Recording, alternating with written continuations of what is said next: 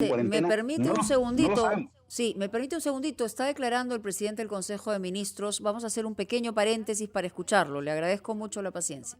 Al respecto, ¿podría ser una opción la ley seca, por ejemplo, que se está escuchando algunas voladas al respecto? Hasta el momento no hemos tomado ninguna decisión referente a la ley seca, pero sí nos hemos reunido con todos los elementos fiscalizadores y estamos coordinando con los señores alcaldes para hacer una campaña masiva de control en discotecas, en bares, en mercados, en todos los lugares donde también hay conglomeración de gente, con apoyo de la policía y las Fuerzas Armadas. Este operativo va a comenzar dentro de poco porque se está planeando y se va a realizar a nivel nacional, en coordinación con los señores alcaldes. La gran mayoría de ellos, por esta crisis económica, han tenido baja recaudación y no tienen mucha cantidad de fiscalizadores. Por eso estamos uniendo las fuerzas con las fuerzas del orden, tanto la policía con la Fuerza Armada, y también con los órganos fiscalizadores del gobierno, ¿no? Por ejemplo, SUNAFIL, en el transporte, lo que es la ATU, y en varios sectores estamos organizando todo una campaña de fiscalización a nivel nacional. Fiscalización es un punto, pero eso es cuando, digamos, ya se viene desarrollando el tema de las fiestas. Pero ¿cómo hacer para interiorizar también en las personas esta necesidad de realmente no acudir a estas fiestas? De repente está pensado en una campaña preventiva. Estamos haciendo, y dentro de poco, esta semana, se está lanzando una campaña masiva publicitaria para llegar a este tipo de poblaciones que a lo mejor no le hemos llegado con la intensidad que se requiere, sobre todo la gente joven entre 18 y 30 años, que son los que asisten masivamente a las fiestas. Desafortunadamente en estas fiestas, como lo hemos visto, la gran mayoría está infectada y llevan el virus a su casa, donde existen personas vulnerables, y esas son las personas que están llegando mayormente a los hospitales. Esto tenemos que hacer un trabajo integrado con el gobierno en todos los niveles, no solamente el gobierno central, el gobierno regional, el gobierno local, y también tenemos que hacer un trabajo conjuntamente con la población misma. La población misma tiene que internalizar que estamos en una pandemia, no hemos pasado la pandemia, y hasta que no llegue la vacuna y no esté vacunada, inmunizada una persona, todavía es susceptible de ser contagiada. Y tenemos que respetar las normas de restricción que está dando el gobierno. Y también el distanciamiento social, el lavado de manos, la mascarilla. Estamos en una pandemia y tenemos que asumir esta responsabilidad todos los ciudadanos en todas las edades. Ahora, ministro, ¿cómo asegurar esto, ministro? Porque, a ver, han pasado 5 meses y la población parece que todavía no ha entendido. Incluso cuando se hacen pruebas rápidas a detenidos, siguen dando positivo para COVID-19. ¿Cómo asegurar que esto no se va a seguir dando, ministro, toda vez que hay medidas ya dadas, han pasado 5 meses y hemos visto el comportamiento de la población, ministro?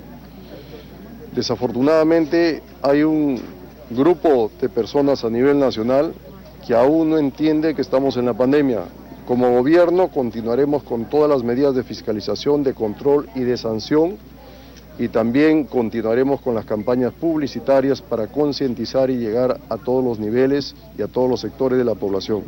Este es un trabajo de largo aliento que toda la población tiene que entender. Desde que se reiniciaron las actividades económicas, se levantaron las restricciones de inmovilización, inclusive se levantó la restricción el domingo, la gente inconscientemente pensó que estaba en una etapa normal y comenzó a hacer sus actividades casi normales, ir a visitar a los amigos, a la familia, reuniones sociales, y el gran problema que hemos encontrado por el incremento de la cantidad de contagios en estas últimas semanas es porque la gente va a visitar o a los amigos o a la familia y al llegar a la casa se quita la mascarilla. Y al quitarse la mascarilla, ustedes saben que el riesgo sube a 90-95% de contagio. Y eso es lo que estaba pasando. ¿No se va a cambiar la estrategia, ministro, en todo caso? Con respecto a la prevención que está indicando usted, los domingos de septiembre ya están por acabar. ¿Se va a ampliar la inmovilización? El día de hoy en la tarde tenemos un Consejo de Ministros y ahí vamos a definir todas las medidas restrictivas en base a la exposición que nos hagan los órganos de prospectiva del Ministerio de Salud. Nos van a hacer una exposición de cómo está la situación de la pandemia en cada uno de los distritos, en cada una de las regiones, y el día de hoy estaremos tomando las medidas restrictivas. También esto se está coordinando, está pidiendo la opinión de los gobiernos regionales y de los comandos COVID a nivel nacional. Que se pueda ampliar. El día de hoy lo vamos a decidir en Consejo de Ministros, y les repito, estamos realizando una estrategia integral en el gobierno, estamos convocando a la iglesia, hemos tenido reuniones con la Confederación Episcopal, estamos convocando a la empresa privada.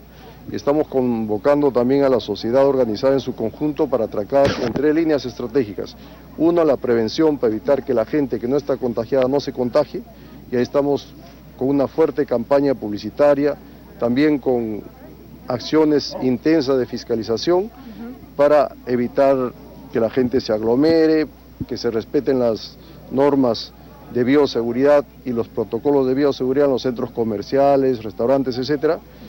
Y en la línea de contención, si la persona se contagia, para evitar que contagie a otros, hay que aislarle, hay que romper la cadena de contagio. Esa línea de contención, estamos varias acciones realizando con las fuerzas del orden, y al final una línea de mitigación que estamos optimizando todo lo que es la respuesta hospitalaria para que no se... Sobre el tema de municipalidades, eso es competencia, de la fiscalización es competencia de las municipalidades, básicamente de los locales. Entonces, pero la mayoría de ellos refiere que por el tema de la pandemia no ha recaudado suficientes, digamos, el presupuesto no es suficiente para poder realizar esta lucha. ¿De qué manera se va a apoyar las municipalidades? Y por otro lado, el ministro del Interior también refirió hace pocos días que, por ejemplo, las municipalidades de Lima Norte ya no venían convocando a la policía, ya no había un trabajo conjunto para estos operativos. Ya a las municipalidades se le ha hecho una transferencia, si bien es cierto no es suficiente seguramente para contratar a más personal de fiscalización, pero sí se le ha hecho una transferencia. Y segundo, el ministro de Defensa con el ministro del Interior están retomando nuevamente la coordinación con los alcaldes para comenzar los operativos tanto de día como de noche en los temas de fiscalización. Durante el toque queda y durante el día para ver las aglomeraciones en cada uno de los mercados, y también ayudar en lo que es la fiscalización de todo lo que son centros de diversión, por ejemplo discotecas que no deben estar funcionando, bares que no deben estar funcionando en esta etapa de la pandemia.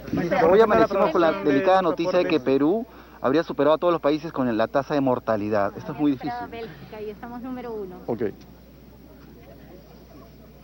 No conozco a otro país, aparte del Perú, que durante la pandemia esté haciendo una transparencia de la cantidad de muertos, o sea, pasando la cantidad de muertos sospechosos de COVID a la cuenta de fallecidos por COVID.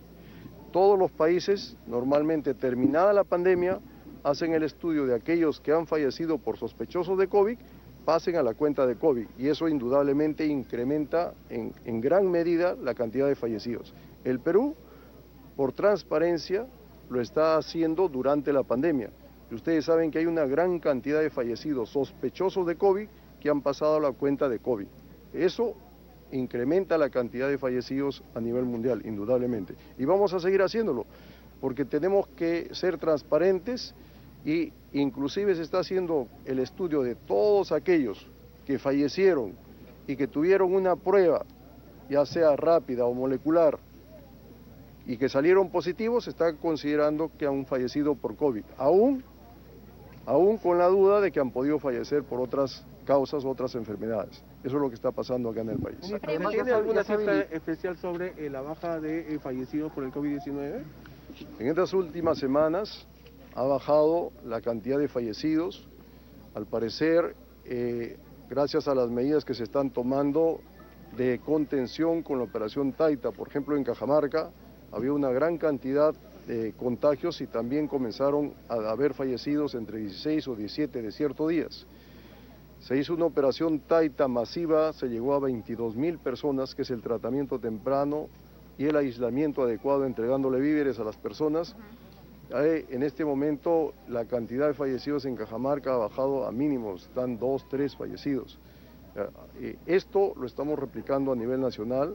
Afortunadamente en estas últimas semanas han bajado los fallecidos, pero eso no quiere decir que ya vencimos al COVID. Tenemos que seguir luchando, no podemos tener una mentalidad triunfalista, la pandemia todavía sigue, tenemos que toda la población tener el cuidado de las medidas de seguridad, distanciamiento social, su mascarilla, lavado de manos, y nosotros como gobierno tenemos que seguir luchando con toda la fuerza que tenemos a nivel nacional y continuar optimizando la respuesta hospitalaria. Ya se ha habilitado una web para la inscripción de los ciudadanos para la vacuna, con respecto, ¿no?, a la vacuna. Se ha habilitado la web ya. Como ustedes conocen, el país está teniendo varias líneas de gestión referente a la adquisición de la vacuna. Una a través de la Organización Mundial de Salud con COVAX Facility, y otra directamente en forma bilateral con laboratorios a nivel mundial. En este momento ya está confirmado con Sinopharm de China, que para que haga las pruebas acá en el país, que debe comenzar el 8 de septiembre, a 6.000 voluntarios, y también con Johnson & Johnson, que ha confirmado que inicia las pruebas el 24 de septiembre, y el otro era el 8 de septiembre, este es el 24 de septiembre, con 4.000 personas. Y estamos contactando con otras empresas, con otros laboratorios de Gran Bretaña y de otros países que nos van a facilitar por lo menos inmunizar al 70% de la población. Ministro, señor Brito, estamos en vivo, ministro, por favor. ¿Cuál es la lectura del Estado ante lo que se habla de liderar la tasa de mortalidad por millón de habitantes? ¿La estrategia cambiaría con esto, ministro? Por favor, si nos puede responder. Mire, acá hay varios factores que están concurriendo para que el país tenga la mayor cantidad de fallecidos por número de habitantes. En primer lugar, es uno de los países, si no el único, de que en este momento está transparentando el número de fallecidos durante la pandemia. Todos los países, al término de la pandemia, todos los que son sospechosos de COVID, se le hace el estudio para ver quiénes pasan a contar como COVID. Nosotros en el país, durante la pandemia, estamos pasando una gran cantidad de sospechosos de COVID a la cuenta de COVID. Eso indudablemente ha aumentado significativamente el número de fallecidos. Ahora, ministro, en base a lo que se ha dado en los últimos días, ¿usted considera que el gobierno ha fracasado en la manera de comunicar cómo va la línea del coronavirus? Es decir, que se ha segmentado ciertos medios para dar cierta información y no esclarecer esto a la población en sí a nivel nacional, ministro. Creo que el gobierno ha venido haciendo las campañas que corresponden, ha venido haciendo la campaña Quédate en tu casa, Mi Salud Primero, y ahora estamos lanzando una campaña potente para evitar el contagio entre familias, reuniones sociales, reuniones amicales. Siempre hay más que hacer, siempre tenemos que optimizar lo que estamos haciendo y en este momento estamos integrando a todos los sectores del gobierno, a la empresa privada, a la sociedad común para hacer una campaña neta bastante masiva para llegar a algunos sectores que aún no han recibido el mensaje como se debieran. Básicamente a los jóvenes entre 18 y 30 años que en este momento son los que más se están moviendo y están llegando. Ministro, la ONP, el presidente del Congreso ha dicho de que si esto se observa, se va a dar por insistencia, primer ministro. Mire, el problema del ONP, como gobierno estamos conscientes que es un problema estructural que tiene que reformarse todo el Sistema Nacional de Pensiones. Pero la norma que ha emitido el Congreso, que roga algo más de 15.000 millones de soles, que es una cantidad, para que tengan ustedes idea, el gobierno ha dado un bono de 760 soles a 8.600.000 familias y ha costado 6.500 millones de soles. 15.000 millones de soles es el costo de todos los bonos que ha dado el gobierno, más toda la lucha que hemos hecho contra la pandemia, de hospitales, de medicinas, de prevención, de contención. No llegan a los 15.000 millones de soles que ha gastado el gobierno directamente en eso. Se habla que también se va a insistir en el retiro al 100% de las AFP, algunos congresistas, ministro. Bueno, esperemos a ver cómo se desarrolla esto. No podemos tomar ninguna opinión ni tomar ninguna decisión. Pero si esto respecto, se da, ¿sería una línea similar a la de la ONP? ¿También se observaría? Esperemos a que se dé. Por lo pronto, la ONP está causando muchísimo daño a los propios aportantes, porque al devolverle el dinero se están quedando fuera del sistema de pensiones y no van a tener una pensión en el futuro y peor, tampoco tienen el acceso a la salud. Yo no sé qué va a hacer de toda esa gente que se le está devolviendo. Ministro, para acabar solamente, ministro, se le consultó hace algunos meses al presidente sobre el tema de la deuda con los bancos. Se lo planteó inclusive el presidente de la República. ¿Qué pasará con las personas que tienen deudas en banco y que no han podido cubrir esto debido a la emergencia, que han perdido trabajo? ¿Qué se plantea desde el gobierno ante ellos? Se hablaba en un primer momento de un congelamiento de las moras, de las deudas también. ¿Cuál es la visión que se tiene, ministro? Mire, desde el gobierno, lo que está haciendo el gobierno es conversar con todo el sistema de la banca. Estos pagos o de fraccionar para que sea más fácil el acceso al pago de todos aquellos que tienen deudas. Pero hay que tener en cuenta que así como hay deudores, también el banco tiene que pagar intereses a aquellos que tienen ahorros, o sea que tiene que haber un equilibrio financiero.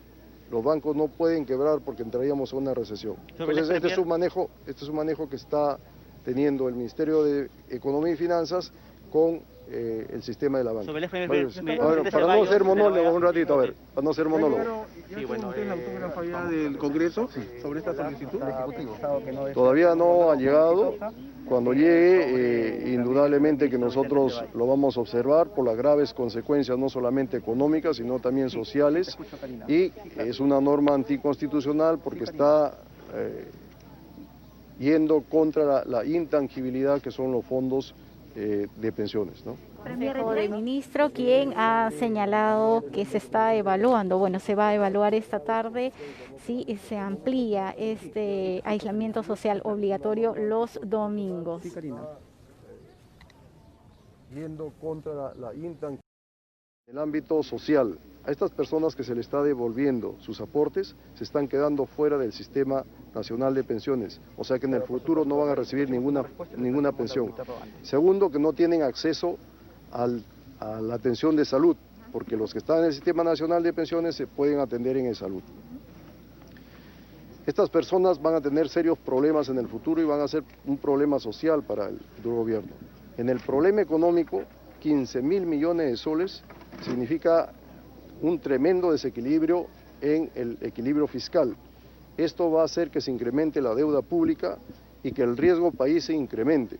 Entonces, en macroeconomía este es un tema bastante grave porque son 15.000 millones de soles. Segundo, que son recursos que se estaban destinando para la atención de la pandemia durante el tiempo que queda la pandemia.